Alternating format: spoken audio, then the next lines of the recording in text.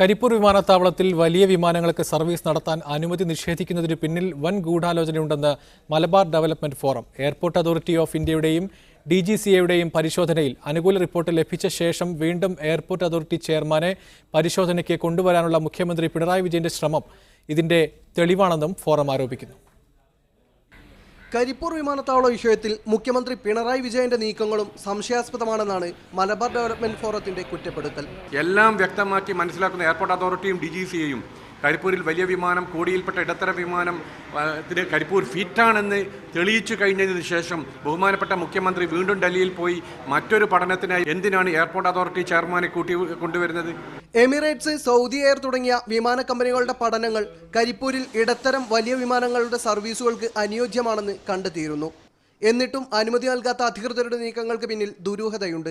Airport authority executive director JP അലക്സും വിമാനത്താവളത്തെ തകർക്കാൻ ശ്രമിക്കുകയാണെന്ന ആരോപണവും മലബാർ ഡെവലപ്മെന്റ് ഫോറം ഉയർത്തി. സാധാരണ നടപടിക്രമങ്ങളുടെ ഭാഗമായി DGCA ചില ചെറിയ സിമ്പിൾ കാര്യങ്ങൾ എയറോഡ്രം, അതായത് കരിപ്പൂർ എയർപോർട്ടിനോട് ചോദിച്ചു.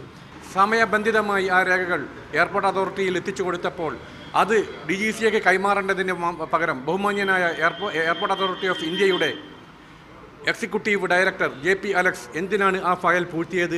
കരിപ്പൂരിൽ കോഡ് E വിമാനങ്ങൾക്ക് അനുമതി നൽകണമെന്ന എയർപോർട്ട് അതോറിറ്റിയുടെ ശുപാർശ ഉൾപ്പെടുന്ന രേഖയും MDF പുറത്തുവിട്ടു. T. അനീസ് അലി, മീഡിയ 1, കോഴിക്കോട്.